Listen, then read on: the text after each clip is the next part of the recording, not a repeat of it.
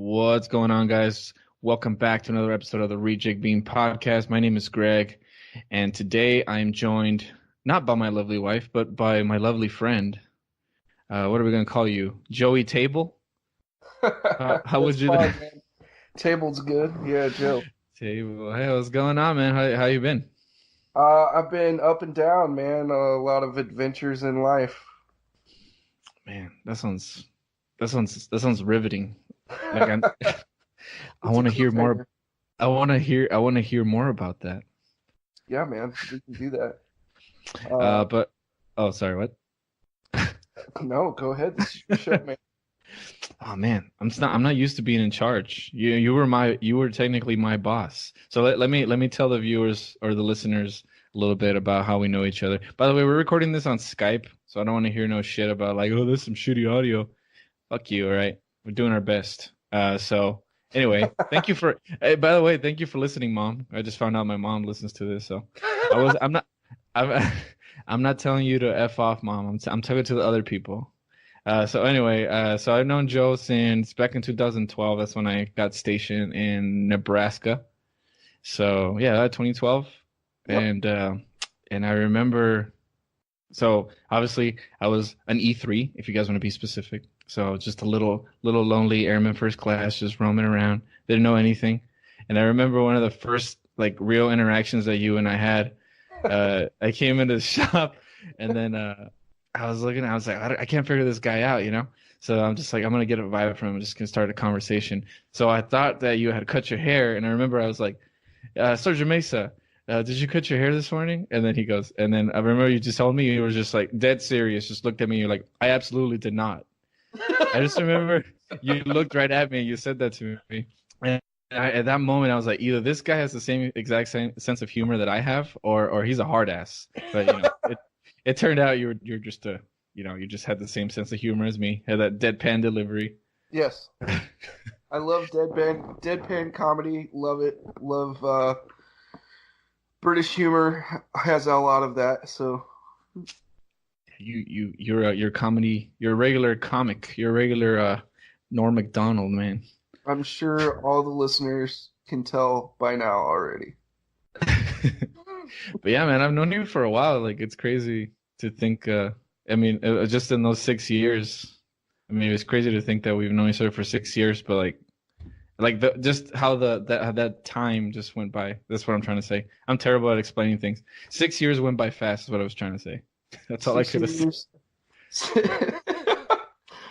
Six years went by very fast, and I would like to think I've grown since then.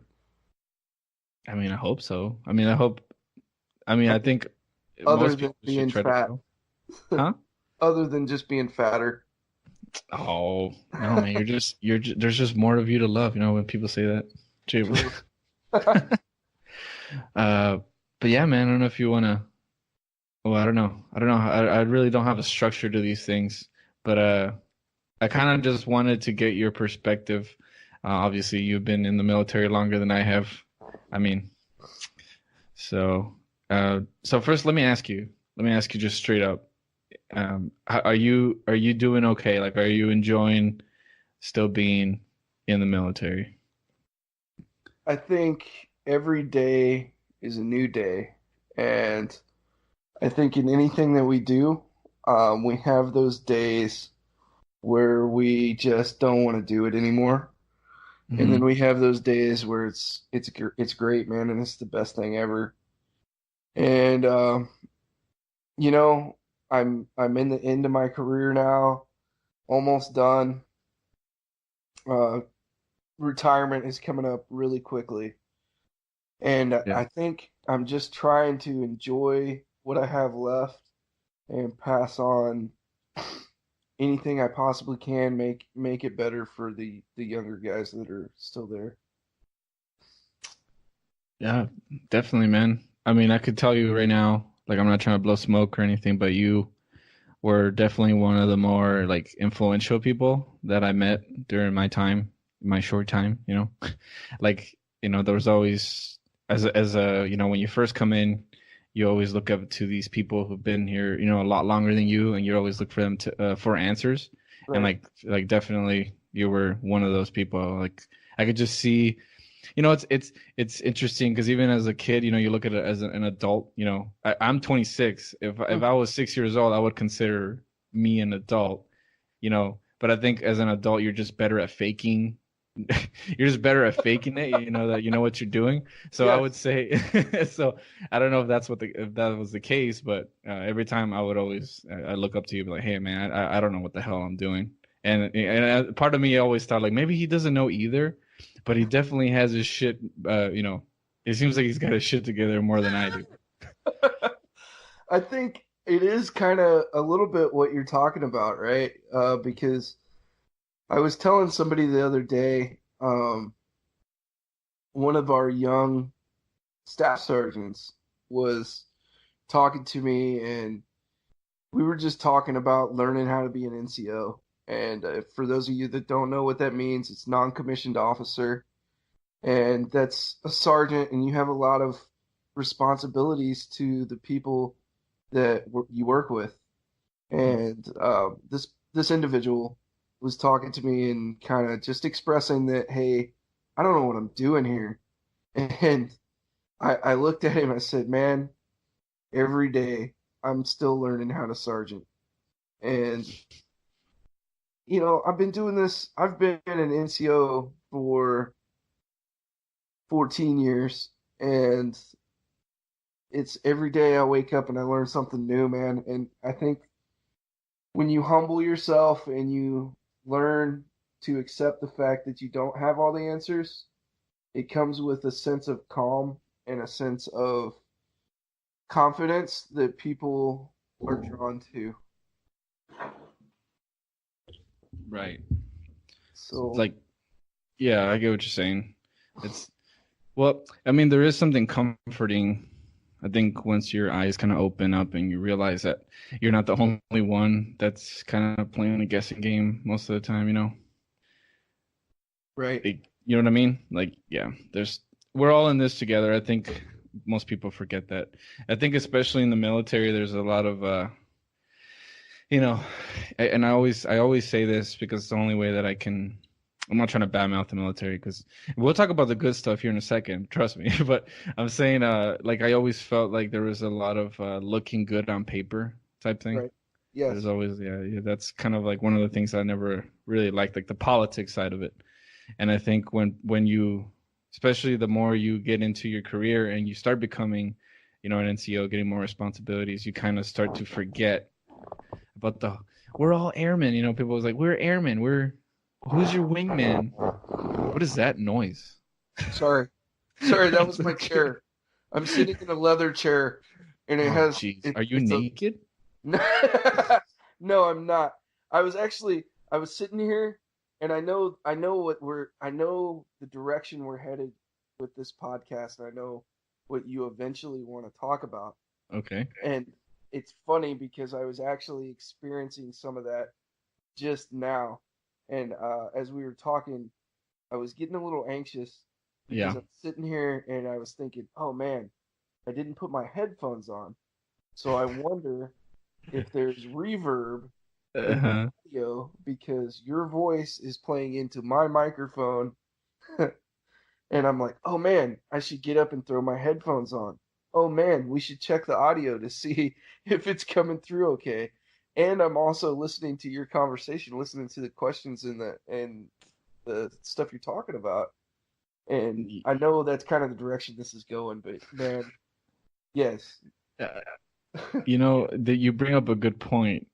There probably would have been some benefit in listening to like doing like a test. I don't know if that's something you want to do. I I mean, mean, we're 10 minutes in. We can stop right now and we can see what it sounds like. Because I think I'm recording the conversation, so I don't hear any reverb. So you're basically gonna get whatever I get. So I wouldn't worry too much about what it sounds like at your end. As long as you can hear me, I think it's fine. okay, man. But Let's go with if you want, we could go with it. If you want, we could stop and see what it sounds like. And if it I think sucks, then we can. I think these are the trappings of an anxious mind. No, no, no. You're right. I mean fucking that thing's a bitch, man. I hate that thing. It's always there, lingering. I Yeah, always tell people the best way to describe anxiety is like you're always on the verge of like losing your shit. Like that's basically what you are. You're just walking on the edge every single time. yeah, man. That's what you do. You're just like you're like a balloon and you're walking around needles all the time. It's like "Ugh." Yeah, I can't sit fucking still. I was sitting here talking to you, and I'm like, when I sat down in this chair, it's a wonderful recliner, right? I'm like, Uh-huh. okay, Mesa, when you sit down in the chair, don't fucking mess with the recliner because it's gonna make a loud ass noise. What did I do? My mind gets into, oh, what if my microphone isn't just right? What if I don't have Right. headphones on? And then I'm like, oh, let me move, and I mess with the recliner, and then you're like, what is that stupid sound? Well, yeah, it just sounded like to me it sounded like you were rubbing your microphone into the like something like a cushion or something. I was like, what is he doing? I can't wait to listen to this.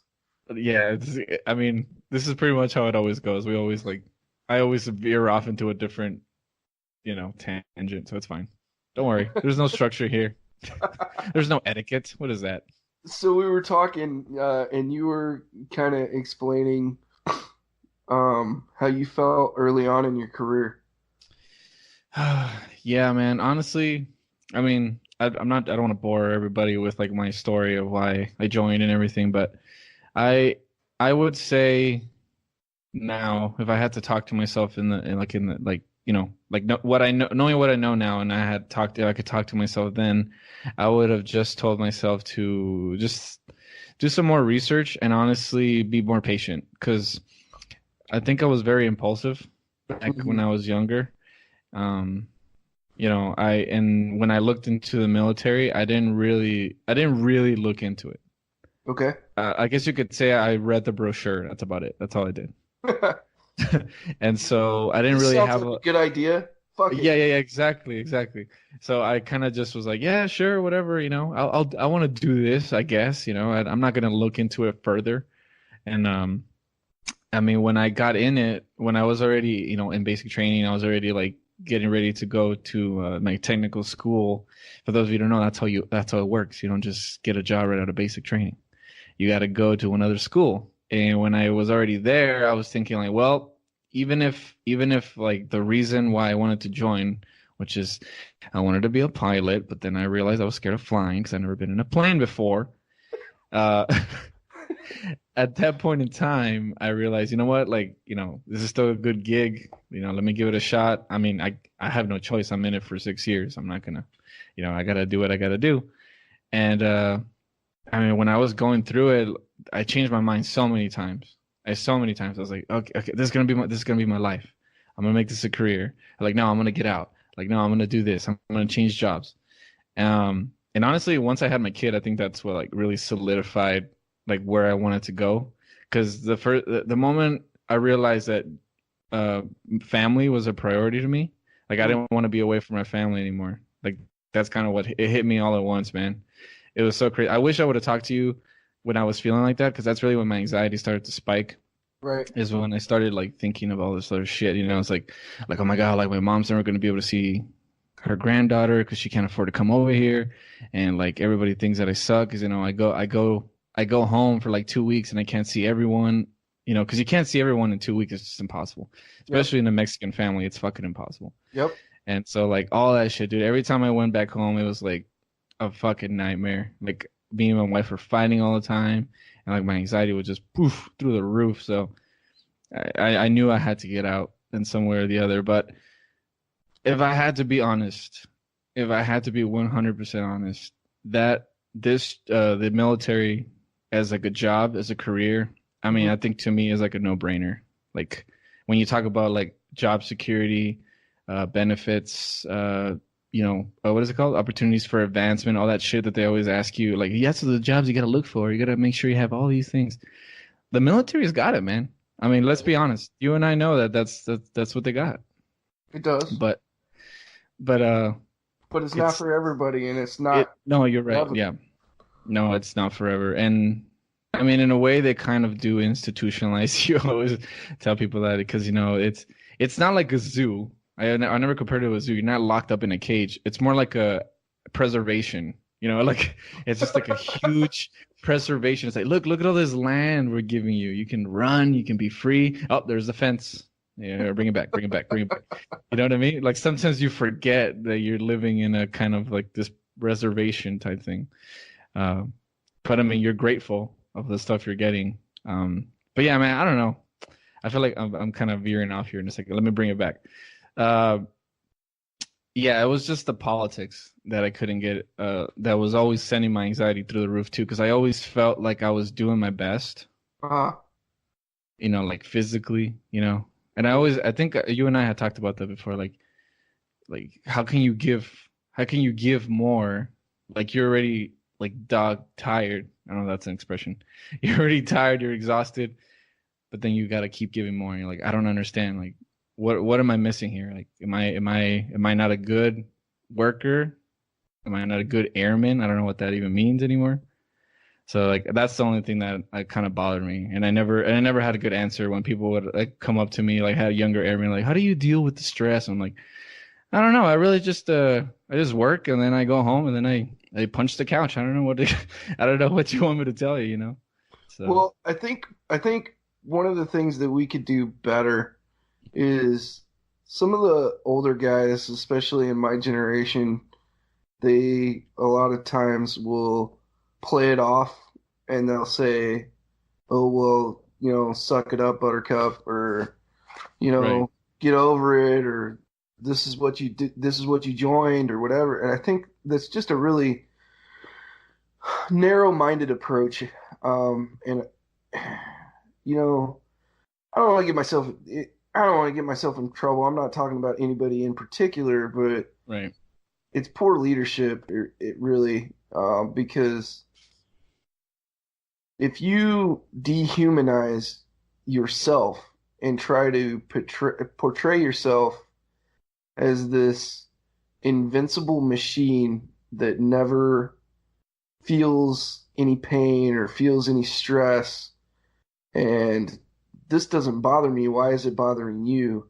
Then right, you make the people below you feel as if they're inadequate and somehow broken for feeling right. stressed, and it doesn't do the team any good. Yeah, yeah, yeah. Like you start making people feel like, well, there must be something wrong with me, because they seem like they know what they're doing, but so it must be my problem type thing. Yes, yeah, that's the way I feel about it. I think there is absolutely nothing wrong with coming out and saying, "Yeah, dude, I'm stressed too. This is kind of crazy right now, but we're gonna get through it together." Um, Yeah, which I didn't always succeed at doing. Uh, I, as all of us are, we're imperfect, and I am certainly no exception to that. I look back at some times when I was in charge or leading, and I wish I could go back and fix some things and redo some things because I certainly portrayed that toughen up attitude sometimes, and it's just it's ineffective leadership. but that's a hard thing to fix, though, if you think about it, because in the end of the day, you still have people leading people, and I mean, it's a tall order to expect any one person, or even any few people to forget about their mistakes and just be like this, like you said, this just invincible machine that never makes mistakes, that it always makes the right call. So it's like, I mean, how can you expect that from anyone, really? You Uh, can't, I mean, the president is a perfect example. I'm not talking smack about the president. I've done it before, but I'm not this. I'm just using it as an example. right? You have you have a certain amount of power, but at the end of the day, you're still attached to this fucking human human imperfect brain that's Yes. gonna make you make bad calls. And yeah, so it's I don't know I honestly don't know how to fix that. And I think it does Um, suck when you put yourself in that position where you're blaming yourself more than anything. It's like it must be, like I said, you get that mentality. It's like it must be me, something's wrong with me. yes, I agree with that completely. Something that's helped me recently, this is something I just stumbled on not too long ago. I don't know if you've ever heard of Alcohol? Jocko. Have you ever heard of Jocko? Jocko? No. Yeah. So Jocko, he's a former Navy SEAL. He has a very famous podcast, but Okay. he wrote a book, and it's called Extreme Leadership or Extreme Ownership, excuse me. And the principle, it sounds like when I first heard it, I'm like, oh God, this sounds stupid. Um, but I started getting into it and kind of reading a little bit and then listening to some of the principles behind it, and it's actually really solid. Um, the One of the founding principles is like stop worrying about everybody else, stop making excuses, Right. stop blaming yourself, stop freaking out every time somebody makes a mistake or when you make a Right. mistake. Okay, you're a human being, you made a mistake. Cool. Just take ownership of it. Say, hey, boss, I made a mistake. This is what I'm going to do to fix it. Done. Right? Yeah. And it's been helping my anxiety out a lot actually. Okay. Yeah, dude. I mean, there's a lot of, I mean, I'll say, yeah, I mean, the only, for lack of a better word, there's smarter people out there who just, you know, better at kind of rationalizing these things. I've actually, I've read or I've listened. I always say read, but I don't read. I listen to audiobooks. I do too. Uh, yeah. There's this guy. His name is Darren Brown. I don't know if you ever heard of Darren Brown. He's a I have. very okay, yeah, very famous magician. Smart guy though. He talks. He has a audiobook called Happy, Okay. and he kind of breaks down like the psychology of like just kind of like human psychology. And he actually, he goes way back like from to the days of like Socrates and like Aristotle and stuff, and kind of like looks into how people used to rationalize happiness back then. But one of the things that he was saying that he likes to do, and like I like to do too when I meditate, is basically like you said, a kind of a simplified version of what you're talking about. It's kind of letting yourself know like, hey, like things can go bad, right, and that's fine. But it's about coming back and saying like, but that's okay.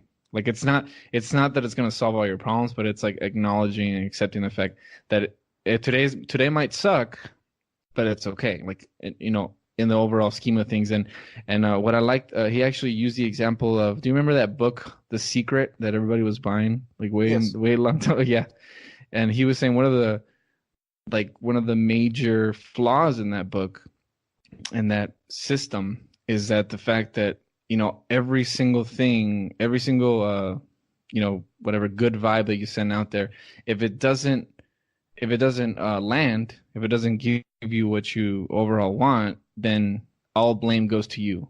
You know what I'm saying? And that's why so many people were, probably bought that book and became just horribly depressed right after trying it for a couple of weeks because the book basically exonerates itself from any blame. It's like if you didn't believe enough, and that's what people do. It's like I failed because I didn't try hard enough. I didn't exercise enough or whatever. And you're not supposed to do that. Like that's stupid. Like why would you expect? You know what I mean? Or people don't give themselves enough credit. Maybe you're trying to eat healthy, and you go like 2 weeks without eating a single, grain of sugar, and then you have a Twinkie, and then you're like, oh fuck, I fucked everything up. It's like, no, why won't you give yourself credit and say like, hey, I did 2 weeks. I mean, you know what I mean? Like I think I like the way that he put it into that. It's like the secret doesn't work because we are imperfect humans and we have to be able to accept that and just roll with the punches, man. I mean, that's what happens. You're gonna make mistakes, and uh, and you are too, Joe, and so am I. Oh man. I'm surprised. I don't know how long we've been talking. The timer isn't up on my screen, but 25 minutes. 25 minutes in, I'm surprised I've only made the mistakes that I've made thus far. You are you a big fan of like letting yourself have it when you fuck up? Because I am. So, yes, the short answer is yes. The long answer is I'm working on it. Um, Yeah. I am terrible about that. I am my own worst critic. I would, and you may be able to relate to this. In my younger years, I'm a little better about it now.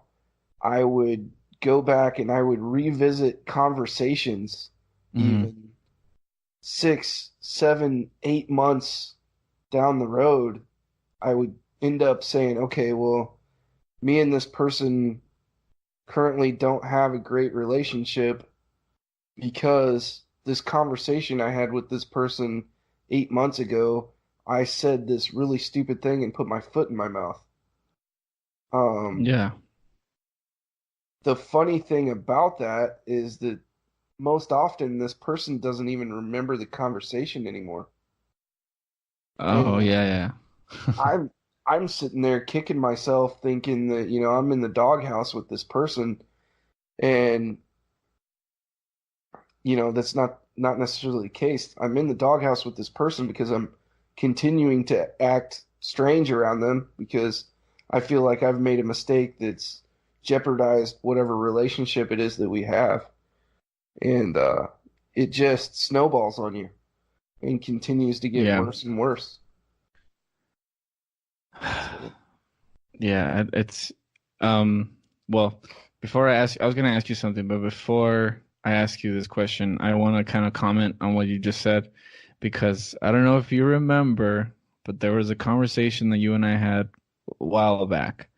And it's ironic that I'm using it now because it's just it's not ironic, but it's like it's kind of fitting to what we're just talking about because you told me once, Joe, I don't know if you remember this, I forgot what happened. We were talking about something, and you said you and I aren't the same because the thing about you and I is that if you insult me, this is what you told me. I'm paraphrasing. If you insult me, Greg, I can just take it and let it go. But the thing about you is that you're the type of person that's going to let it sit in your brain and let it bounce around, and you're always going to be thinking about it, even 4 or 5 months from now. And I still remember that shit, and I still think about it all the time. oh my So God. like, it's so funny that you just brought that up, and you're saying that you have those same thoughts. And I'm not trying to add to your load. I'm just saying Mhm. like it's just funny that you say that, and like I'm thinking the same thing. As soon as you brought that up, I was already thinking like damn, he's right So, about me. Like I hold on to shit too much, you know. so you were holding on to the fact that I said you were holding on. Um, Exactly. That's kind of ironic about it. So first of all, let me apologize for that because it's okay. uh, I certainly didn't. There was no ill will or bad intention in me saying that, Yeah. but I think that was probably a damaging statement and um, not my intention by any means. I already know in my head what I was thinking by saying that. Right. And Hmm. it's true to this extent. I can speak for myself. I can't speak for you. I don't let insults bother me, right? Like that does bounce Hmm. off me. What bothers me is the stuff like what you just told me. I will be thinking about that for a long time of, Yeah. man, you know, I said something really damaging to this person that I think very highly of. I didn't intend it to be damaging, but why didn't I think that No, through? I know. Why didn't I see that would have been a damaging thing to say? And looking back on it, you're like, God, it's obvious, man. Why would you say something like that to somebody? You know what I mean? I, yeah, I get you. Well, I'm trying to think of the context because the context is everything. But Context is I everything. I think either we were joking around or I think we were already like kind of like just kind of kidding around when we said it. But yeah, I mean it's true what you said. Like I know you wouldn't have said it if you thought it was going to be bouncing around in my head. I just thought it was so crazy how right you were because at that point I don't think my anxiety hadn't flared up as much. And I wanted to ask you, like in your experience, did was your anxiety worse or like well okay sorry what I was trying to say do you think that being in the military life did that kind of like excite not excite did it make your anxiety worse is what I'm trying to be all like proper and just use big words. I think my anxiety at times has definitely been amplified by my service, yes. Um, Now, that is not me blaming the military or me saying that my service is damaging. It's just that it's a very stressful thing that we do. And we do things like spend time away from our family and deploy. And we work on, at least in my case, in your case, we work on these multi-million Yeah. dollar aircraft. And, if mistakes are made, people could actually be in danger. Um, and what I did before I came to Nebraska, and that was an even more stressful job. And I think that job in particular, I'm not going to get into the details of what I did, but that job had a lot of stress on me because even more so, if you made a mistake, you could literally cost someone their life. And that weighed heavily on a young man. I was 20 years old when I got to that first, well, it was my second duty assignment, but it was my first real important assignment, and Right. it weighed heavy on me every day. I would go to work, I would execute the mission, I would do what I was asked to do, I would do my very best. But when I got home, I couldn't turn my mind off. That guy that I just, launched in an aircraft, I would sit there and I would think about, man, did I do this right? Did I do that right? The funny thing was is it's not the military's fault because they gave me a checklist, right? And they Yeah. gave me checks and balances, and they gave me a supervisor that looked over my work, and they gave me all these things. There's a system in place so that I don't have to worry about if I made a mistake because there's, like I said, all these checks and balances. But I wouldn't let my mind free from that. I would sit there and say, well, what if I missed this and then he also missed it? Or, I was the last one to touch that. What if I messed it up, man, and now he's up there, flying with this messed up or with that messed up. And it was just really, looking back at it, it's kind of ridiculous. What do you mean, like your reasoning behind being stressed out, or what do you mean? Right. What was? Just allowing myself to become so stressed that I couldn't be myself at home, Yeah. and allowing it to affect my family, allowing it to affect all of my personal relationships, my work relationships. Um, it impacted me deeply and Yeah. caused a lot of trouble in my life. And it was, I mean, when you look back at it, it's at some point you got to let go. You did your best. Yeah. You did what you're supposed to do. You trust your training. You trust the people that are working with you, that they did what they were supposed to do, and that the system is designed to prevent you from being able to make a catastrophic mistake. And you got to move on. But I would sit there almost on a every day, every night basis and just go through my checklist in my head of, did I do that? Did I do that? Did I do that? Well, of course I did, because I had somebody check behind me. That was the system in that particular job. But I never just let it go. I never would just say, okay, it's all good. Everything's going to be okay. Yeah. Do you think that there are certain people that are like you and I? Well, I mean, I'll put myself in that. I'm not going to speak for both of us. I'll speak for myself. But do you think that it's possible to be kind of predisposition for this type of like anxiety? Just what we're talking about specifically, because I mean, I can only speak for myself because I hear people who had I'm gonna go ahead and say it. Harder jobs than what I Mm-hmm. was doing. Okay. People who've been to combat and are just out in the shit all the time. And I knew, and there was times where I would honestly feel like kind of guilty that I was letting little shit like this get to me. Like it sucks because now you have this anxiety, you have like this unnerving feeling like something bad's just gonna happen for some reason, and then now it's coupled with, well, fuck, now I'm being a little bitch, and there's people out there doing way harder stuff than me. So I don't know if do you think that it's possible that you and I are maybe like predisposition for this kind of like mentality? Yes, I think there are many scientific studies out there that say anxiety could possibly even be genetically Hmm. inherent to certain people. Um, you could be predispos predispos predispositioned Yeah. to anxiety due to your personality traits and a number of other environmental factors during your development. So, absolutely, the answer is yes. Now, as far as I just would like to address what you said, as far as, hey, other people have more important jobs, or maybe I didn't serve in a combat role or whatever. Okay,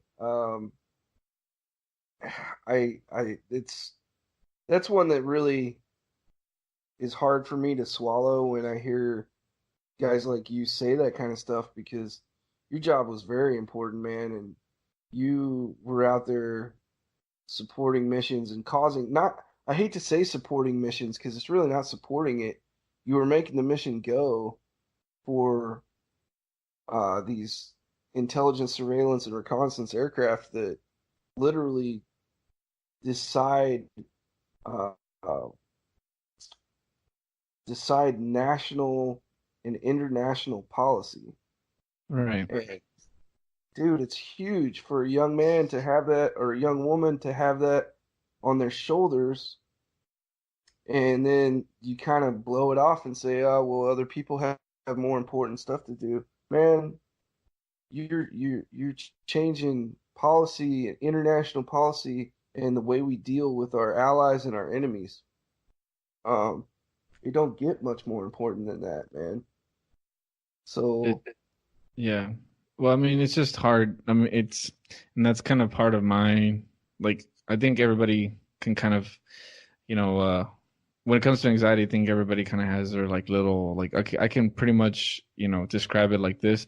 But one of the biggest things that for me has always bothered me is like, not just failure, but the thought that somebody is, you know, I guess distraught or like just worried themselves about anything. Like I don't want anyone to be upset. Like I know this is how stupid it is, how fucking retarded. Sorry, I'm sorry, I shouldn't say that. This is how fucking stupid anxiety is. Okay, like ladies and it's gentlemen, we cuss in the yeah, military. yeah. We cuss in the military. I cuss in the podcast all the time. That's why I'm sorry, mom, if you're listening. Uh, but this is how stupid it is. Is that I honestly can't even handle anyone thinking that I'm like I don't want anyone thinking that I'm being a show off, that I'm being you know that I'm being a little bitch, that I'm being like whiny. I don't want anyone to think that. I don't want anyone to think any negative thoughts about me, about any other person. Like even just talking about it, it gets me all agitated. I'm pretty sure you know how it feels. You start to get like oh, you get amped up, and Yes, I hate that feeling. yes. So I'm gonna calm down real quick. But that's what happens. I hate to think that, and honestly, I've been thinking about it more and more recently, just because I'm gonna kind of jump to a little story right here, but it's relating to what we're talking about. Okay. Uh, so I had a friend. So I'm going to college now. I'm going to a technical school, and there's a lot of vets there, and Okay. now there's five of us in this class, but one of them, he's an army vet. I'm not gonna say his name, but I don't even know if he listens to this podcast. But if you are, hey, what's up? You know who I'm talking about. He was telling me how he went to the VA and he has PTSD. Okay. Like that's some serious shit. And we were talking about VA claims and whatnot. And I had made a VA claim for my anxiety, and I was Yes. thinking like, oh, they're probably gonna give me like I don't know 0 rating or something. They got maybe will give me a little something, but they ended up giving me a pretty high percentage, way higher than they were giving him for his PTSD. Hmm. And he was being honest. He was like, that's kind of bullshit. And I'm like, and dude, I got like, I felt like, like when a dog submits, Hmm. I was just like, yeah, dude, I agree. That's fucking bullshit. Like, you should definitely go get that fixed. Cause like, that's not fair. They're giving me this much and not giving you this much. But at that point, I wasn't really concerned about him anymore. I was really more concerned, like, fuck, I fucked up. I fucked this up. This conversation is fucked. And I just kept thinking that over and over and over again. And like, dude, man, I probably annoyed the crap out of him after that because I was just like, dude, that's bullshit. You should go talk to him. You should go talk to him. You should go. You know what I mean? But like, I'm not doing it for him. I'm doing it so I can feel It like now everything's becomes a okay. selfish issue.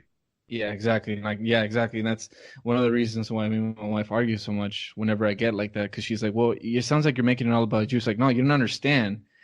I have to make sure that the situation. It's like, what was that dude from Walking Dead? Morgan. Hmm. He's like, I have to clear.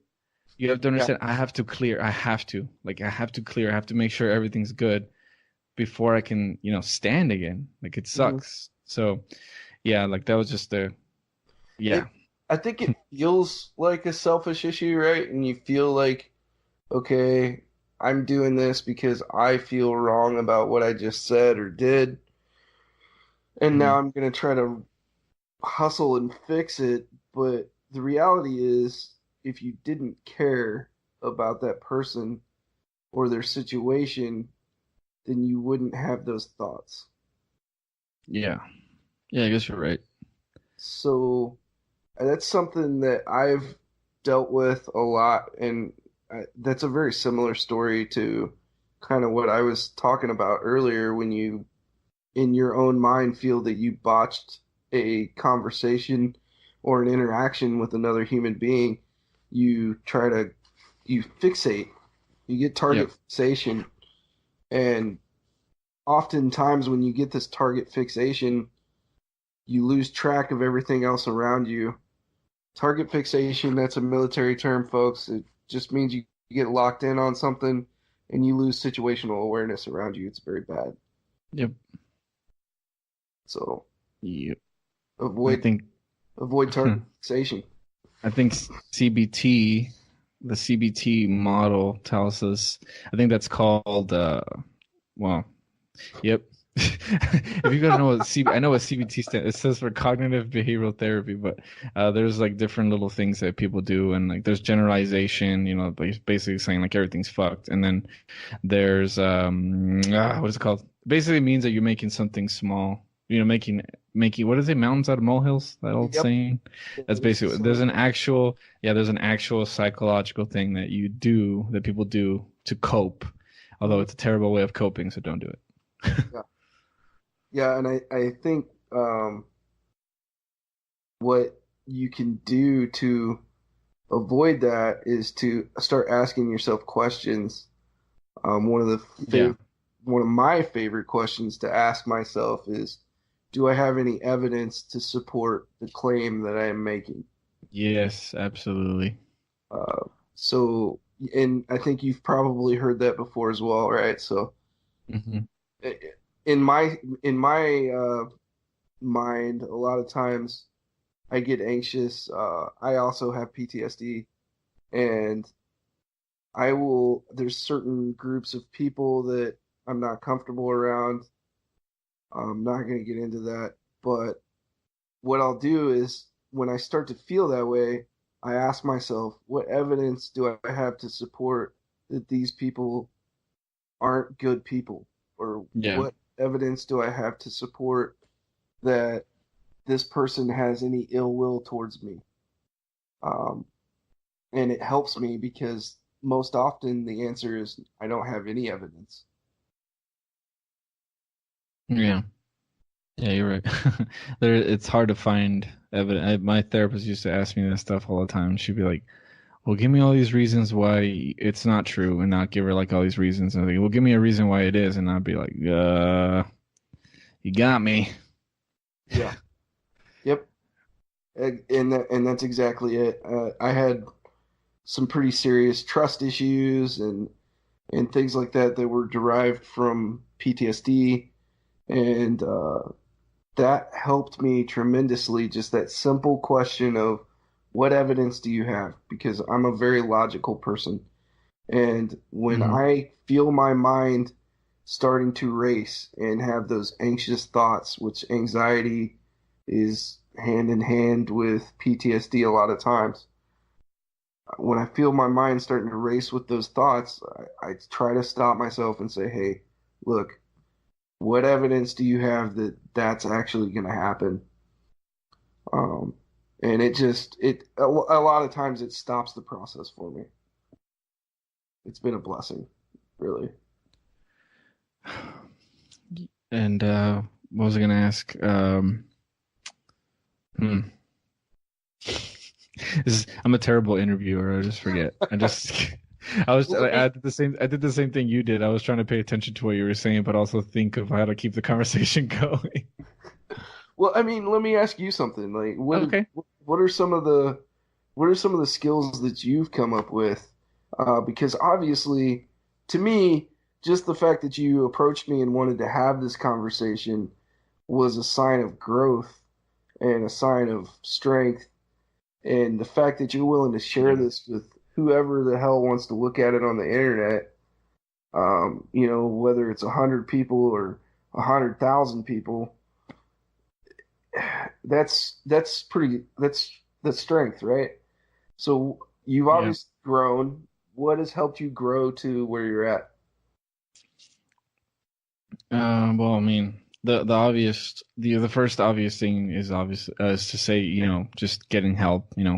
Mental health is, I don't know, man. I honestly, if I hadn't gone through all this stuff, I would probably be like everybody else and say like, well, mental health, it's probably important. It's like, no, it's very important. It's, I would say, vital to just like everyday life. So yeah, there's that, and just like I'm doing with you, just talking about it because I think it's very easy to fall into that pattern where you kind of start to say like, well, I don't want to bother anybody with my shit, or maybe I'm just, and that was before I got help. I'd always say like, well, maybe it's just me, maybe something's wrong with me, and I'm just doing it wrong. I'm just living life wrong. Hmm. But I think it's important to have these types of conversations, even like you said, even if it's like four people listening right now, because you never know when somebody is feeling the exact same way that we're describing. Like when you Right. said that thing about how much it helps you to ask yourself that question, dude, I feel the exact same way. Like I do that all the time, especially when I know I'm like gonna get an anxiety attack or something. Like I always like try to stop for a second and say like, okay, this is bothering me, but let's break it down. You kind of have to backtrack a little bit. So that's been helping me a lot. Just asking myself questions, being more narrative, and honestly, just giving myself the time because I was very explosive. I would kind of let just these emotions bottle up, and then I would just boom, I just let them all go, and then I would feel like shit afterwards. So what I do now is that I just try to take some time and like really think like, do I really want to, do I really want to go down this road? And honestly, meditation is a good Hmm. way to do that, especially early in the morning. Just wake up like 5 minutes before you usually wake up, and I tell you, I just breathe in and I tell myself today might suck, but that's okay. And honestly, just taking that time to kind of just like just relax and like breathe. I think people forget how important breathing is. Hmm. You gotta let oxygen into your brain, man, because you're sitting there just like thinking like all this bad stuff.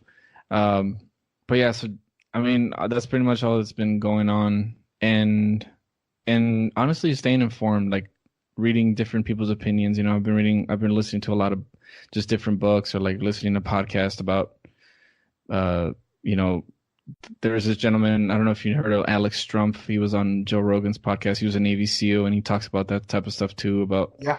yeah, he's really cool too. So, I mean, honestly, I think that's the only way we can really get anywhere in life is just to absorb as much information, whether it's from other people, other people's experience.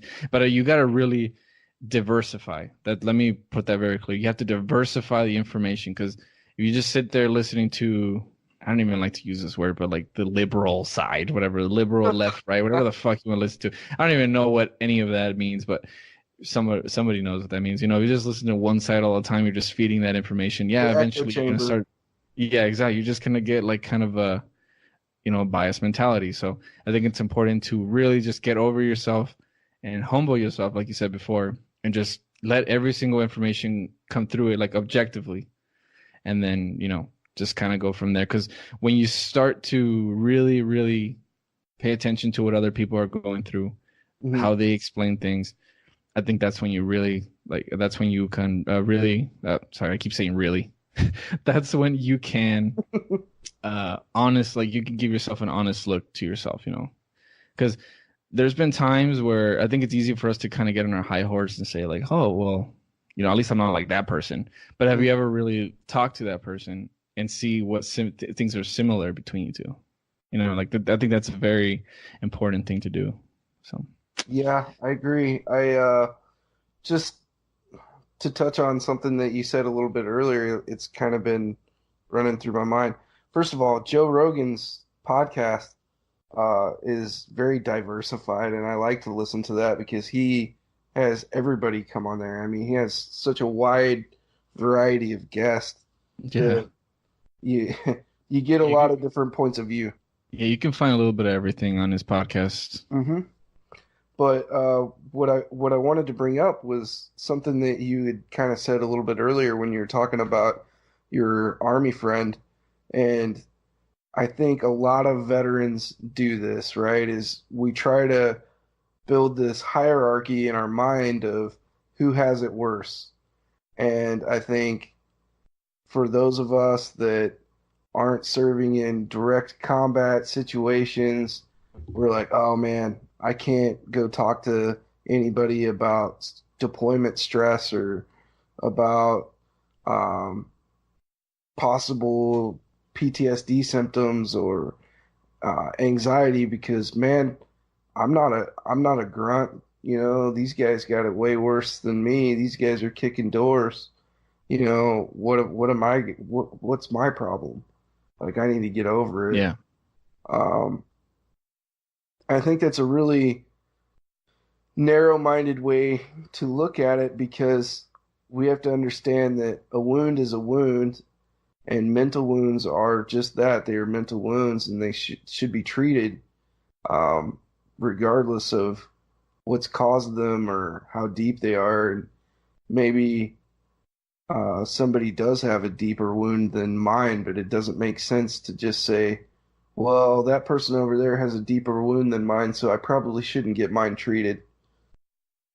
That doesn't make sense. So I think we need to do a better job as a veteran community, uh, just talking to each other and making sure that, I mean, I've never heard another veteran say to me like, "Oh, well, your experiences are less than mine," or, you know, you shouldn't be. I'm quite certain that your friend, your Army veteran friend, wasn't upset that you were receiving some sort of benefits. He was upset that his benefits probably weren't what they should be, yeah, and that's fair. Maybe his benefits should be more, but I'm pretty sure he's not mad that yours are what they are. Um, so we yeah. got to do a better job of supporting each other. 22 a day is not acceptable. And I know you already know what I'm talking about, but 22 veterans a day commit suicide. And that is an epidemic. We got something bad wrong. We had, I won't, eh, we've had suicide issues close to us, and it's it's one of the saddest and most avoidable things in the world.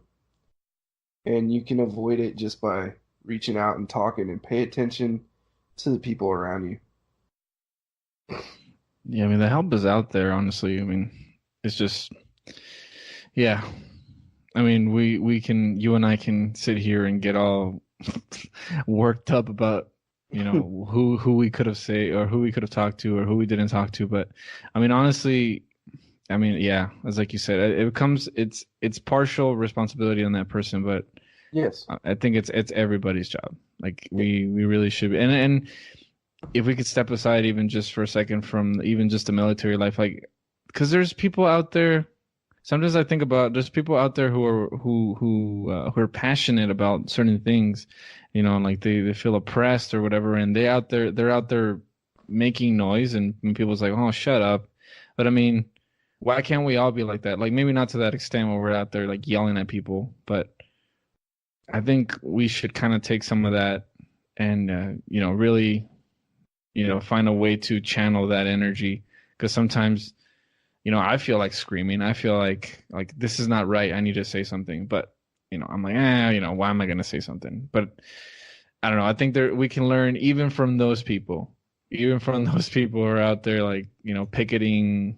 I don't know what, you know, fill in the blank, fill in the blank with whatever you want.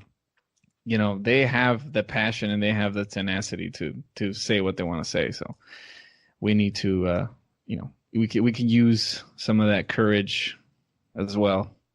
Well, I don't know. Would you consider that courage, or would you consider that like just absent-mindedness? Oh man. So I don't want to politicize your podcast at all Yeah, because it's okay. you have a audience that may have many different views, and that's beautiful. That's wonderful. I love this country for that.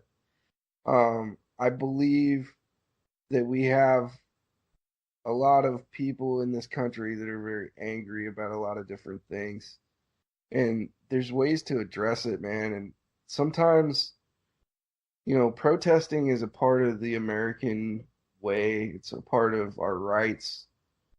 But there's a right way to do it and there's a wrong way to do it. And that's kind of the only thing I would add to your statement is to say, it's okay to be out there and be passionate and say, hey, I don't agree with this or I do agree with this. But it's not okay when you start trying to shut down other people's opinions or thoughts Yeah. and tell them what they can or cannot say. And that's the dangerous part of it, I would say. I can be loud and vocal about mental health, and I think I have been for quite a while. I hope that reaches people. I hope that if I've made a difference in just one person, that's plenty for me. But, there's a lot of my friends that have beliefs that are like, well, hey man, that's bullshit. That's all just a bunch of that's all just a bunch of shit for weak people or whatever. I could get mad about that and, cuss them out or say you're wrong or try to shout them down. But that in the end, that doesn't change anybody's mind. Yeah. It is a bit. It's kind of. Well, it's not silly because sometimes it is pretty serious, but to me, it's just a little bit nuts to think that there are people out there who actually think that that's a good way to communicate. You know what I mean? Like who wants to be pushed around and bullied into thinking something? That doesn't make sense. How you can think that that's an effective way to get your point across. I mean, when I was little, this we're talking about like in first grade, we learned about the golden rules, and one of them was respect. Mm, And I remember I that one always sticks in my mind because it's such a wonderful, like, just simple thing to say. You treat others the way you want to be treated. hmm That's it. That's such a simple thing to do. And I think if more if that to me that should be the bare minimum. Like I right. think that should be a law. If your bare minimum is like you treat people the way you want to be treated. So it's like if you want to yell at somebody, then expect to be yelled at back. I mean, I feel like that's just a no brainer. Like how are you gonna come to me and be like, hey, you need to believe this shit. If not, you're a piece of shit. And I'm like, well, you're a piece of shit for yelling at me. And it's like, oh my god, I can't believe you're yelling at me back. I was like, like it doesn't make sense to me. Well, and that's, I guess, what I'm talking about is the scary part of some of that that's going on. And again, it's on both sides. I don't want to point at one side or the other and say that one is more guilty than the other. But these people that are so passionate about politics and things Yeah. that are going on in the country, a lot of times will assign you a title that is not necessarily very positive just because you don't believe the same way they do. And we hear all the different things you can be called of good grief. I mean, there's people out there being called Nazis just because of they, have a particular political belief, and then there's other people being called communist because they believe one way or the other. I mean, good grief. Can we stop calling names and just have a civil debate about things, and a free exchange of thoughts and ideas would be great. I think we have too many liberties, Joe. I think we should take some of those away. I think freedom of speech in this country is being taken advantage of. I think we should take a, take a take a page out of the old Nazi rule book there, and maybe we should just kill everyone who says anything bad to somebody else, and then boom, it's like, oh my god, we had it so much better. I'm just kidding. Well, it's uh, funny that you say that yeah. because there is a lot of irony in somebody that stands outside of a public event and screams that free speech is hate. Hmm. If they're trying to shut somebody down from being able to speak because their hate is or their speech is hate or whatever.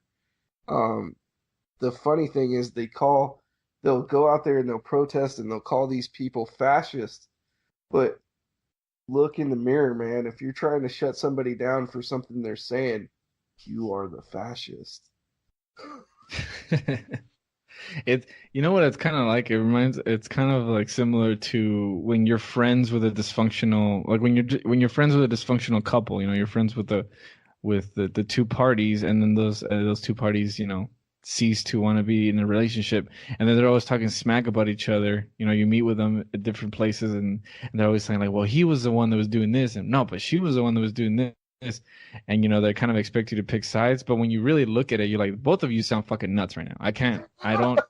It just sounds like you guys shouldn't be hanging around each other ever. You know what I mean? That's kind of what it seems like to me sometimes. Like, I don't know what side to pick. Because sometimes I think like, well, at least these people are like, oh, nope, never mind. They're crazy too. Like, oh, Jesus Christ, it's nuts, man.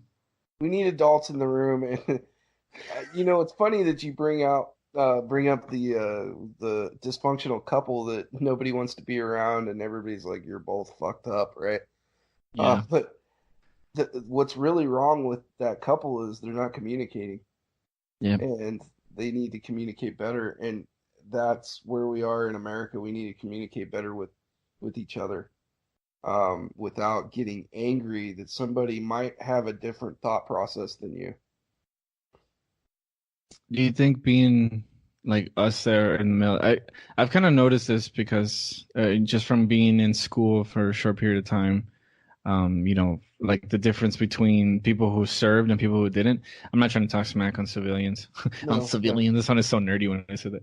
I don't talk smack on civilians. But I think when we're as people who live in the who served in the military, do you think that we kind of get used to not just embracing the suck because everybody talks about that, but really just kind of being able to turn off your brain just for a second and being able to listen and really just leave all your notions and all your thoughts and all your biases behind and really just focus on the information that's coming in and then executing what you need to do with that information, and then later on, once you go home, once everything's done, then you can kind of be like, oh, that was kind of bullshit, wasn't it? You know what I mean? Like, I feel like I don't know if that's something that is easier for us to do since we kind of, we're used to taking orders and there's kind of like a chain of command. So, yeah, I get what you're saying, and I'm gonna say something that people are probably gonna take the wrong way, and I'll explain it afterwards. Yeah, fuck them. No, I'm just kidding. Discipline is freedom, Yeah. and that can sound like a contradicting statement because most people associate discipline with rigid rules and not freedom, right? Yeah. But when I say that, discipline is freedom of the mind, and if you discipline yourself, right? then you Yeah. gain that freedom that you're talking about. And I think um, when you allow yourself to go in and say, okay, it's not my turn to talk. I have to listen to this person, even if I don't necessarily agree with what they're saying. I'm going to sit here and shut up. And you gain a lot of perspective, you gain a lot of freedom and a lot of relief in the stress when you do that of, well, not my turn to talk. I can't control that person. So I'll just sit here, listen. Later on, I'll go home, like you said, and say, that was bullshit. Or sometimes during a briefing. I mean, I never did that, but some people might have done that. Yeah, towards the end. Towards the end. Yeah, man. I mean, obviously, things change in the military and, different rules and regulations change frequently. And I don't think most people probably realize that, but, there's been plenty of times in my career where we had some rules and regulations in the past that just were not very well thought out. And you're sitting there in the briefing and they're telling you about this new rule or regulation or the way we're going to do things now. And you're sitting there and you're thinking, man, you have no idea what you're doing. That's the wrong way to do that. Yeah.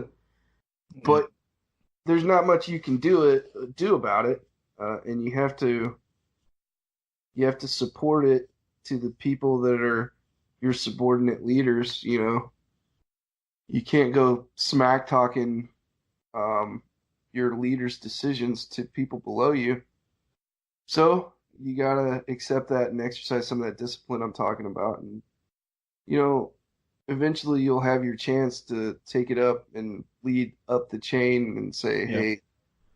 hey, this is not a good idea. We need to look at fixing this because this is the problem. I don't know if you thought about this, boss, but probably not a good idea. Yeah. Well, it's It's hard. detrimental. Yeah. Well, it's such a mental. It's really detrimental, like to do that, to really just complain for the sake of complaining. Like, you really, what you should be trying to do every time that you complain is either, like you said, you could either let it go, just kind of let it wash over you, be a rock be a rock in the what is it, in the ocean, be a stone in the ocean. I don't know what the fuck I'm saying. Or you can be, try to make a difference by, like you said, you know, I guess you should say, like, complain with a purpose, with a sense of purpose, like Yeah. with a sense of, like, I'm going to help to fix this issue. I'm just not going to sit here and bitch about it. And I think a lot of people just like to complain for the sake of complaining, and that really, what you're doing is that you're basically, what is wrong with me? Basically, creating those. Your your brain doesn't like to work too hard, man. You know this. It creates Have those you had as much to drink tonight as I have? probably more. No, I'm just kidding. No, but the thing is that the brain doesn't like to work too hard. Maybe you have to understand that it likes to create these neural pathways. That's what creates habits, And so the more you complain, you're actually rewiring your brain to be more negative. Like, your brain's like, "Oh, this motherfucker's complaining again. I know how to do this." Boom, and it just puts you in that mentality. Like, people don't understand that. So Yeah, the it's like brain you wants said. to take the easy path. Exactly. So when we talk about discipline, we're not talking about, like, oh my God, I got to do this because whatever. No, you're creating a skill. You're doing something that will become easier and easier. And I mean, let's face it, the world sucks already, man. There's a lot of shit you got to worry about every single day. There's always something on the news. So why wouldn't you want to create a skill so that it would be one less thing you have to worry about? You know what I'm saying? Oh, Right. absolutely. And You that's think about it. Yeah. that ties right into that discipline is freedom Yep.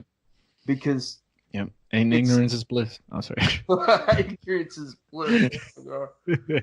Yeah, but uh, it goes down to just the simplest of things of, yeah. hey man, if I pay my bills on time, I don't have to worry about my bills being late. Yeah. Uh, if I wake up a little earlier in the morning, I don't have to be worried about being late for work. Or if I work out a couple more times a week, then I don't have to worry about my health, or I don't have to be worried about being overweight, or whatever the Right. case might be. Just a little more discipline in your life takes away a lot of those worries. Well, it's the habits that you have to work towards that people don't that aren't interested in, because there's so many habits that just kind of happen naturally because, like you said before, we like to do everything easy. It's a lot easier to say like, well, I can't eat healthy because I like food too much. It's like, no, it's because you got used to eating like shit and you don't want to put in the work. I always tell people, if the shoe fits, wear it. Some people come up to me and like, they're like, oh, like how do you stay in shape? Like I don't have the energy or whatever, like, or something, like I want to work out. That's what always people say. I want to start working out. They always say that. Hmm. But it's just hard. I'm like, here, let me ask you something. Do you wanna lose weight? And they'll say yes. Now answer me this honestly. Do you want to lose weight, but you also don't want to put in the work to do it? And it's so funny, like their faces, they go like, yeah, I don't want to put in the work. It's like, okay, that's fine. Then just accept that. Just tell it to yourself. You know what I mean? Like you don't have to prove anything to me and like start coming up to me and be like, hey, like I really want to lose weight. It's like I don't give a shit. But tell yourself that, accept it in yourself first. It's like most people want to do something or want to get better at things, but they don't want to put in the work. And I think that's one of the first steps to like really making a change, just accepting the fact that this is going to be hard and it's not going to be fun. So, Yeah, exactly. I mean, I think that's something that we have a problem with too in society is that people feel like they are somehow promised or entitled comfort, yep. and you're not. Nobody ever promised you to be comfortable. Life is an uncomfortable situation for a majority of the Dude, time. it's silly to think for anyone to think that the universe or life itself has any obligation to like cater to our needs at all. You know what I mean? Yeah, it's completely ridiculous. I don't know. I mean, if you look back even 30 years ago, that mindset wasn't a thing. Mm-hmm. Where did we go wrong? Did technology get us here? Um, Maybe. No, Possibly. I have a theory about that, and I've said it before on another podcast a while ago. But I'm talking like if I've been doing this for years. It was probably like two podcasts ago, but I said that I think that I say we is a vague term, but I'm saying the past generation. I remember when my mom was growing up, or sorry, when my mom was raising us, she would buy us, she would buy me a lot of stuff. I was an only child for a while, but when after I grew up and I asked her, I was like, hey, how come I remember me always being like pretty good, like I always had cool stuff. And she would tell me, it's like, it's because I always wanted you to have stuff that I didn't have, like, and that was a Yes. pretty common mentality to Yes. to say to people that, hey, I want my kid to have everything I didn't have. But if you think about that, you kind of start to create this generation, you know, and we're not doing it with that intention. We're not saying like we want our kids to be fucking, useless. But that's kind of what happens when you have that mentality. It's like, well, I want my kid to have everything that I didn't have. It's like, well, what you did have was, you had to you had to struggle a little bit. Maybe you didn't have as much as everybody else did. Maybe you had a little bit of perspective when you did get your own stuff, when you did get your own money. Now what we're doing, now what happened here is that now these kids are growing up like, well, I had everything. I never didn't have anything. I didn't know what it was like not to have something or to have to work for something. My parents just gave me everything. So Right. I'm not blaming any any one set of parents here. I'm just saying I think that's a dangerous thing to think about when you start saying like, well, I want my kids to have everything that I didn't have. It's like, well, I mean, you should probably let them have some of the stuff, Do some you of the ever things that build you. do you ever find yourself doing that? A little bit, like a little bit. Uh, I mean, my kid's got a tablet. I'm just gonna. Right. So she's already like she knows how to work it too. Like she knows how to like click off the ads and stuff on YouTube, which is so bizarre. For It's like your this, viewers or for your viewers or listeners that huh? aren't close to you, how old is your daughter? Two, and she can work that thing, dude. She still doesn't know how to close like actual ads off. Like if it pops up and she clicks on it by accident, she gets all mad. She starts poking the shit out of it. I'm like, whoa, whoa, whoa, calm down. I'll fix it. Daddy will fix it. Um, But honestly, like, I mean, I do get concerned about that because I don't want her to think that like this is, it's not okay to go outside. I take her outside as much as I can. I ride a bike with her, or like, well, more like I pull her on a little cart. But I go outside, get some fresh air, let her get dirty, let her play in the sand, take her to the park. Because I mean, that's what we did. I mean, I don't know Oh, how your absolutely. childhood was like. Yeah, we were outside. I mean, we would only go inside when we knew like a TV show that we really liked was on. Like that's really all we did. Or maybe when we started playing video games. But I most of the time, yeah, most of the time we were outside. For most of my childhood, TV was a pretty limited resource. We had the old console TVs, that were like wooden framed console You had the TVs. little not the dial, the Oh, you have to like turn the dial. absolutely. And then that breaks and you use the pliers or whatever, right? But and then, you know, for the most part, kids shows were limited to from 4 o'clock to 5 o'clock right after school. There'd be a couple cartoons on, and then Saturday morning, right? Everybody remembers Saturday morning cartoons, and that was it. Like you had to wake up early in the morning before your parents got up, right? Get up. Right.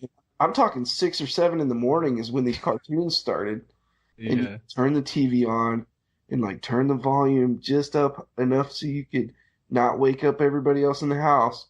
Because once everybody else woke up, you're losing the TV, right? And you're Yep. Yep. watching G.I. Joe and Conan and all these other cartoons that were out back then. But yeah, man, I it was limited asset, and the rest of the time you were either working or playing, and both of those involved for the most part being outside and doing activity. Even when you were inside, your body was moving. Yeah, you're trying to not to get hit by the trying not to hit by the belt or by the no, I'm just kidding. I didn't get beat. Honestly, one of the things that really does concern me, it's concerning just because it's so unpredictable. Like I think about how much society has changed just in my short life. I'm only 26, but Right. I feel like so much has changed, and I think it's interesting to think that you were already alive before I was, so like you had already experienced more stuff than I did, and then add those 26 years. So I think you and I can agree that in those 26 years, a lot has changed. So I think it kind of worries me to think of where it's going to be when she's old enough to make decisions and she's an adult, how different things are going to be just in a short amount of time. And I really don't know what's going to happen. So the only thing that I can do as a parent is try to teach her to be respectful and I don't know, like be a decent human being and whatever that means. Yeah, I couldn't agree more. I mean, I think we all have these thoughts of where in the world is this technology explosion ever going to end? And, I'm sure you've heard some of the podcasts that are out there that are talking about, artificial intelligence and all this other craziness. Yep. And yeah, it's crazy to even think about because when I was a kid, you're talking about I had a lot of people listening won't even know what this stuff is. We had a party line telephone, which was basically I lived in a rural area for a portion of my childhood, and you would share one telephone line with three of your neighbors. So Huh. when you needed to make a phone call, you would pick up the regular landline telephone, and if your neighbor was on the phone, you would hear their conversation for a minute, and then the polite thing to do is to hang up and wait for them to be on the phone. What? Yeah, That is nuts. yeah.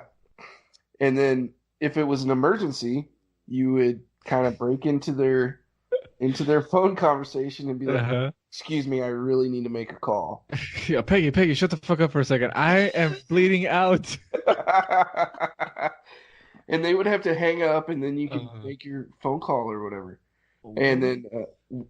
then we had what was called it's a cistern, all right, Uh-huh. or a cistern, depending on what part of the country you're from. But it's just a hole, a concrete hole that collects water. And we did not have a water line. Like we would Oh. haul water in. So with this system, you have the possibility of running out of water. It happened. Um, Wait, so it's like a well type thing? it's a well, but there's no source of water coming from the ground. It's Oh. just a concrete hole. You can collect rain, or you can. I know this sounds ridiculous. I'm sorry. It's just I'm thinking of like if somebody was selling this to you. Like obviously I'm not like a salesman. It's like, here you go, I got yourself a hole in the ground. Here we go.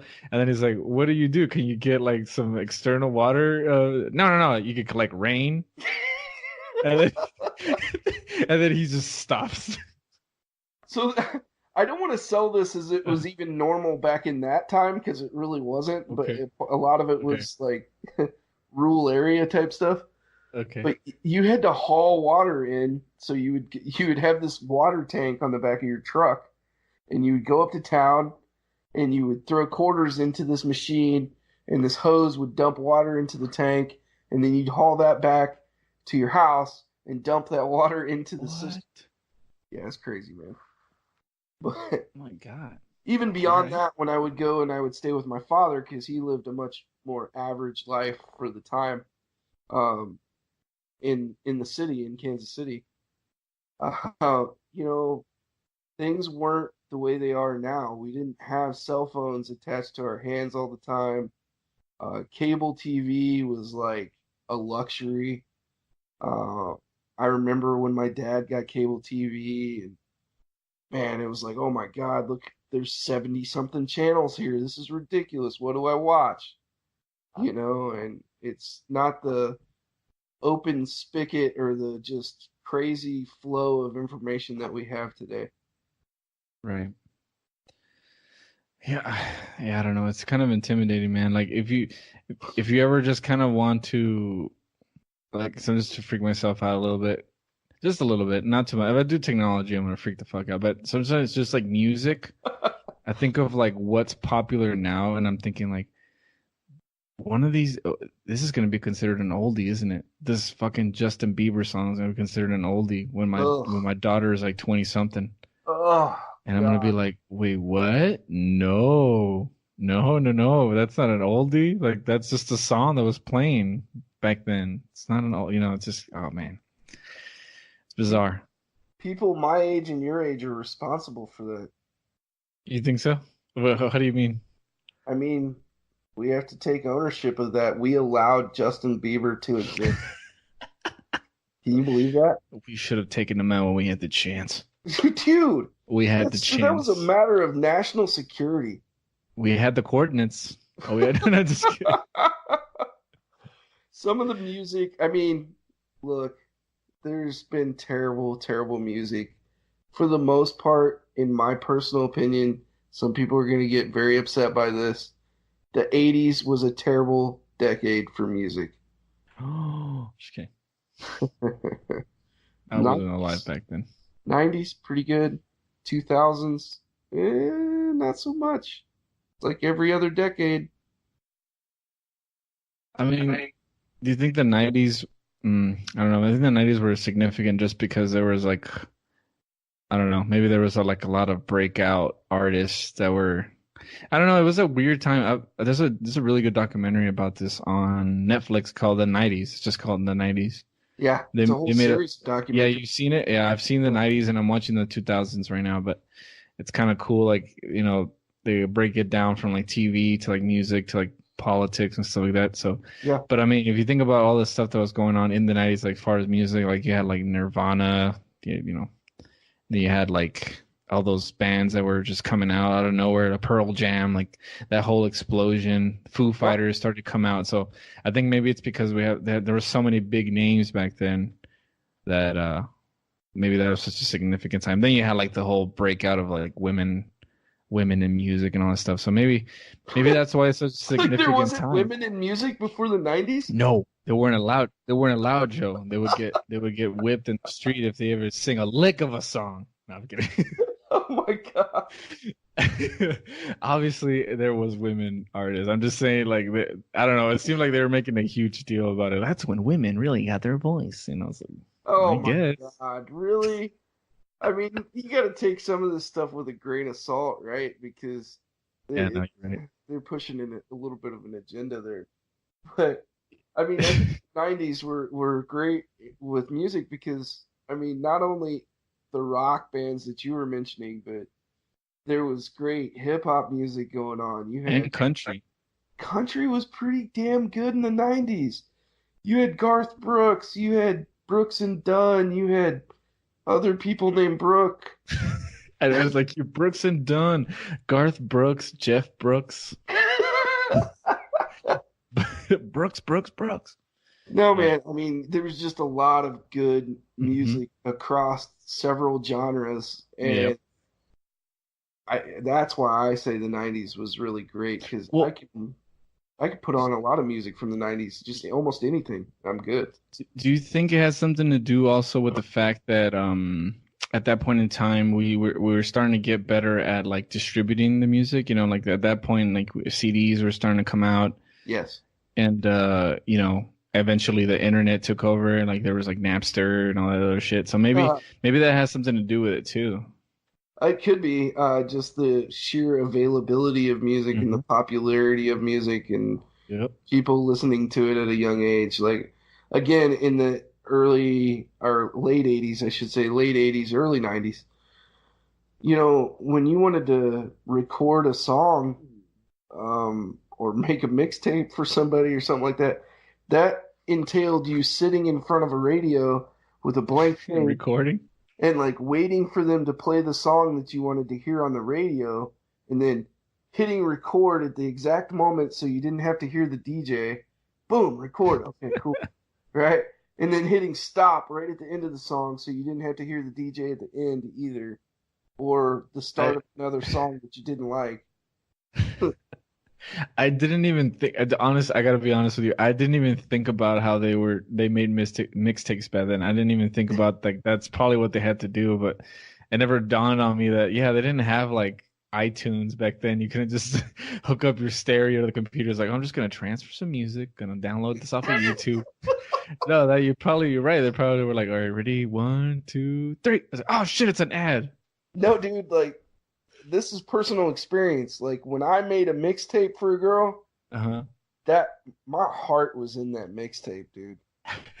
I had spent literally hours, if Yeah. not entire days, trying to make this girl a mixtape of these songs that I thought would like pull her heartstrings or whatever. You don't gotta do that anymore, man. You Nah, just man. send her a YouTube video like, hey girl, thinking about You you. s- Here's this you song. send her a picture of an eggplant in a hand, and she knows, and she knows. What's up, girl? You into hand stuff? You and dude, it's so it's such a bizarre like generation we're living in. Let me tell you a story. I told this before. Oh, actually, no, I didn't tell this podcast. This is the first time. It's a virgin story for the podcast. But I went to a party, a kid's birthday party, right?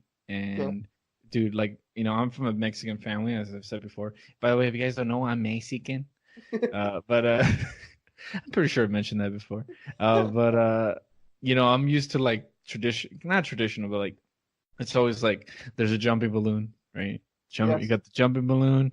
Everybody's dressed like kind of nice, you know, semi Sunday clothes. Everybody's eating a bunch of like chips and brisket, and there's a piñata, and everybody gets like these little goodie bags, and it's pretty cool. You know, sometimes some people put oranges in there and fucking peanuts, and you're like, I don't want this shit. Where's the candy? You know, so Jesus. yeah, yeah. Where's the flautas? No, I'm just kidding. There's no flautas. That would be very stereotypical. Uh, But those were the parties I was used to. Like it was always like there was always kind of a theme. Maybe like Toy Story or like Sesame Street, what have you. So I went to this kid's birthday party. I think he was turning 9, 8. Okay, anyway, but it was a Minecraft party. Okay, so it was a Okay. Minecraft party. So I mean, I knew what Minecraft was. This I was the wasn't theme dumb. of the party, Yeah, or that was theme. people It were was just playing it. everything. No, like everything was Minecraft. Like Okay. the the the what's it called, the piñata was a creeper, and then like everything was decorated with like Minecraft Steve or whatever his name is, and I go in there, right, and they're playing music. Now, back in my day, we used to play like little kids' music, like Mexican folk songs and stuff like that. Like I'm not even joking. Like, or it was either like mariachi music, whatever. And For but real? yeah, no, I say mariachi because I feel like that's easier for people to kind of picture. But it's Mexican music, right? It's a beaner music. You go to the beaner station, those are the songs that we're playing. Like, well, I it's gonna said be no. AM though, huh? Nobody plays mariachi music, No, no, man. no. It's more like if you go to AM Mexican radio stations, Yeah, that's kind of what we played. But gotcha. anyway, so but I get there, right? And so I noticed that everything's Minecraft, but they're playing like some hardcore dubstep, like Skrillex. And it was such a bizarre thing because I was thinking like when I was a kid, like the conversations that people would have in like, the jumping balloon, and I was just thinking like, are there people in the jumping balloon? There's little kids going, "Hey, do you like Minecraft?" Meanwhile, it's like, it's like it was such a bizarre situation because like, "Hey, do you like Minecraft?" And they're like, just like, it's just blaring in their ears. I'm like, this is really weird. It's like it's like the party in the Matrix when they're all in the city and Oh, in Sod or whatever it is. Yeah, everybody's like Zion. Zion. Everybody's like coked out of their mind, probably on Oh ecstasy. man, that looks like a great party. I just one of the. I know we're getting off subject here, but I feel like that sex scene. By the way, if you guys don't know that movie, they have sex. Him and Trinity have sex. It always kind of bothered me the fact because you know how they have all those holes Yes, from where they had the pipes, like all those little tubes and stuff that were in them. So it's the like whenever The they're like, Mario tubes. yeah, exactly. So when I'm thinking like whenever they're like doing it, like do those like all those like ridges and stuff that they like bump together, like I don't know. I don't know why I was thinking about that even when I was a kid. I was like, What? wouldn't all those little bumps like bump into each other and like it would just be weird, like the texture. It'd be strange. I don't know. I Anyway, let's go never back thought of to that. yeah, me neither, Joe. Me neither. I was Apparently, I seeing it. gotta go back and watch this scene like tomorrow. It's just weird because they're like naked, but like I'm like, don't they have all those little holes and stuff where like the tubes used to be? Like, aren't they like kind of bumping into each other? Like, you know what I Oh, mean? oh, Like, oh, oh! I got you. yeah, You're talking exactly, about the plugins for like the nutrients and all that. exactly. Okay, I dig what you're saying now. Got ya. It's weird, right? Like you think about it That's now, it's like yes. wouldn't they kind of like cluck cluck? Little metal on metal contact. Yeah, it would just be weird. It would feel strange. Perhaps. Yeah, Perhaps. I don't know. Maybe I'll know someday when I have sex for the first time. No, I'm kidding. Outside the matrix, Outside of the Matrix. Would you which is stay in the the Matrix? well, Like honestly. I don't know if you're aware of this, but the one of the leading theories today is the simulation theory, which is Mm. essentially the matrix. Yeah, I think Neil deGrasse Tyson was talking about that. He basically said like, and he put it in the terms that everyone can understand. I love Neil deGrasse Tyson. I could listen to that guy talk about anything, but he was saying that if you think about it as like a program, right? Like any simulation, and like that program was to create its own simulation within that simulation, and then it just kept going down, just kept going down the line. And he's like, if you could take a dart, right? And you would throw it into that mesh of like simulations. What are the chances that you're going to land exactly on the original? You know what I mean? Like the original thing that started the simulation. Does that make sense? Yes. Like yeah. So basically, what he was trying to like make it like people to visualize that the chances that you are in a simulation are really high. is what he was trying to say. But I just love the way he put it. It's like, yeah, if you just had a bunch of simulations and you threw a dart and you were trying to get the original one, what are the chances that you're gonna hit the original one? Not probably not. Probably like slim to none. You're probably in a simulation right now. So think about that. So back to your question of would Uh-huh. I come out of the Matrix? Yeah, man. I'm an You would? explorer. I like to go on adventures. I want to see what's out there. You But wouldn't? but it's probably really boring. Like, I mean, maybe. why would you make a simulation? Just see if you can get away with it. Well, I mean, seriously, think about it for a moment. Why Hmm. would you make a simulation that was more boring than your own reality?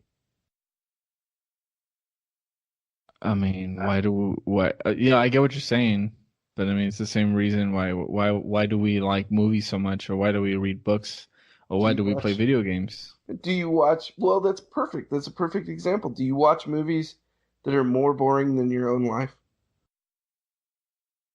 Yeah, I have this one called Grass Growing. No, I'm just What kidding. the fuck?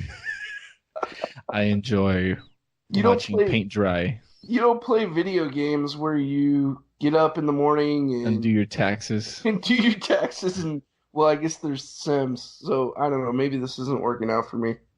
No, I get what you're saying. I get what you're saying. Like generally, you try to, live. If you're doing like a simulation, you would try to live a more exciting, quote unquote, more exciting life. Yes. But So honestly, but think about. Sorry, I didn't mean to cut you off. But no, it's just if you get out of the simulation, it's probably like a giant DMV or something. It's probably really boring. giant DMV. No, but think about what about the people who want to play God though? Because that's a real thing too. Think about it. Hmm. Like, having that power. I mean, that's why you hear all the time about like people who like murderers and shit.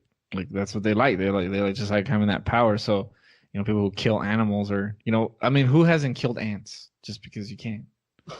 You know, I do it all the time. No, I'm just kidding. No, but seriously, like that's what it is. It's so that Jurassic Park. That whole movie is literally about that. It's just like this is what happens when people play God. So I think if there is somebody controlling the simulation, either you're right, either he's trying to live a life, he or she, whatever, it is trying to live a life that's not as exciting as his or hers or whatever he identifies, Apache helicopter, whatever. Oh God. Um, hey man, don't assume it's gender, okay? Um, you fascist pig. No, okay. Yeah, think about it. Like, there's also the possibility that it's just like just wants to know that it's in control of something. Huh? Yeah. Like if there is a God, okay. Also, well, whew, I already upset people when I said that. I didn't mean if, like he's not real. I'm saying if there is a God in like the sense that I guess we'll say the Christian God, right? Okay. The way you have to kind of question his motives. If you really like put yourself in that situation, like in that seat, because we're not in the driver's seat. People always say he's it's like an ant trying to understand the you know the what is the secrets of the universe. It's like, well, we're humans and we don't understand the secrets of the universe. But what I'm saying is that if there is a complex being that can create life and can create all the situations and free will and all this other stuff, you kind of have to question his or hers or its motivation to do so. You know what I mean? Just a little bit. I Just think a little. everybody that has explored their own thoughts on philosophy and whether what are God's motives and whether God exists, of course you've asked yourself that question of why. And I don't think that's an unhealthy question. I personally do believe in God, and I actually love the simulation theory Hmm. because it's science and it's the math behind it is pretty astonishing, and it doesn't preclude the fact that my religion is also correct. Yeah.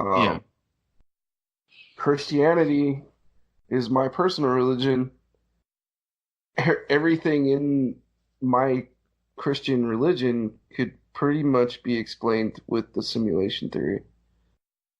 Um, interesting True. thoughts. Interesting thoughts. I've been listening to a lot of this type of talk and philosophy and stuff on the internet, and man, some people got some really big brains that I can't process all the information Yeah. they're putting out there, but it's really fun to think about. No, yeah, you're right. There's nothing wrong with thinking about stuff. Yeah. Um, Maybe. I don't know. some of the, I think you've known me long enough to know I have a fairly robust vocabulary, but some of the words that these guys are using, I'm like, hold on, I gotta look this up. What did he Like he say? said, what? He said, what? Existentialism? Let me look up existentialism. Oh, okay, got you. Yeah, I really need to stop using the Urban Dictionary for those types of words. No, I'm just kidding.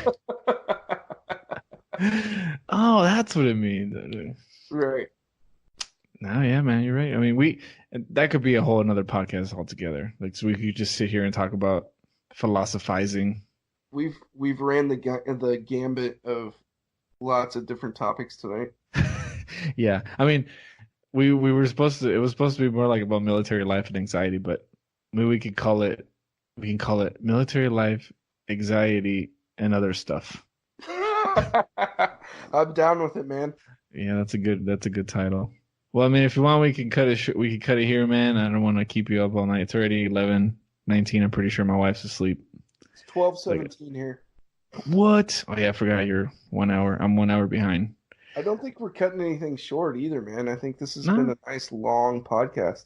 Yeah, I enjoyed it, man. I really had fun. I I like wish. these long form podcasts. I really do enjoy them. Yeah, it's just I like when it's free flowing, because there's something kind of freeing just about not having like a set structure. You kind of just let the conversation flow naturally. Mm-hmm. Absolutely. He's good, man. But yeah, man. If you want, we can. Oh, we'll stop recording here in a bit, and then we can keep discussing. We can work out how we're gonna do this swapping of the audio. But I want to thank you for being on the podcast, man. Hopefully, you had as much fun as I did, because I had some good time. I had a good time. Did you Yeah, have a good time? so definitely thank you for having me on. I'd love to come back sometime.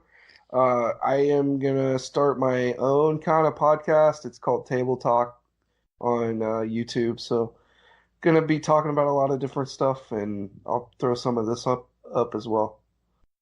Sweet. And then maybe I can be on yours, and I then. would love that, man. I would love that. I was hoping you would ask. Oh yeah, see, it's like we're already simpatico, man. I need to be a better host, perhaps, and understand that I should invite before being asked. How does that work? Perhaps I should have said, "Man, I'm starting my own thing, and I would really love it if you would be on there." I think it was implied, it was implied, I can't blame you, man. You're used to, hauling water from a hole in the ground, so I can't expect you to I to did know. not expect to talk about that tonight. Oh, geez. Honestly, can we please later on just do a podcast and we could just talk about that? Like we literally we'll just we'll just call it hole in the ground and we'll just talk about that hole. Dude, You could explore. I would love to tell people about my experience on the farm. Yeah. Yeah. Dude, that would be sick. That would be sick. Like you could talk about living on a farm and I'll talk about living in the desert and Oh, boom. God, I hate the desert, man. By the way, the weather got really shitty like today. It was just terrible. And I was thinking like, man, I was telling Joe like how awesome it was and I was showing So it him was like 50. outside. No, it wasn't cold. It was just like we had sandstorm the entire day and it was sand with water, so like all the cars are like muddy, but just from the wind. It's crazy. It's weird. Gross. That sounds Yeah. horrible. Yeah, but that's where I like. That's where I like to live, man. But anyway, yeah, so we'll let it go here, man. So thank you so much for being here. And for those of you who want to listen to this will be on the YouTube channel, Reject Bean Soup, and then you can also look me up on Reject. Oh, sorry, on Podbean, Reject Bean Podcast, and Podbean is free to use. I'm not sponsored by them, but hey, if you guys want to shell me out some money, I'm always looking for sponsors. Even for my 6 viewers, that's right. Well, we're gonna grow it. We're gonna grow the community. So, look me up on Instagram, Reject Bean Soup, and you can also look me up on the Snapchats, Panico Hispanico. But all those links will be in the description below. So, thank you much for being here, Joe. Thanks. And we'll see you. We'll see you next time, man. Can't wait.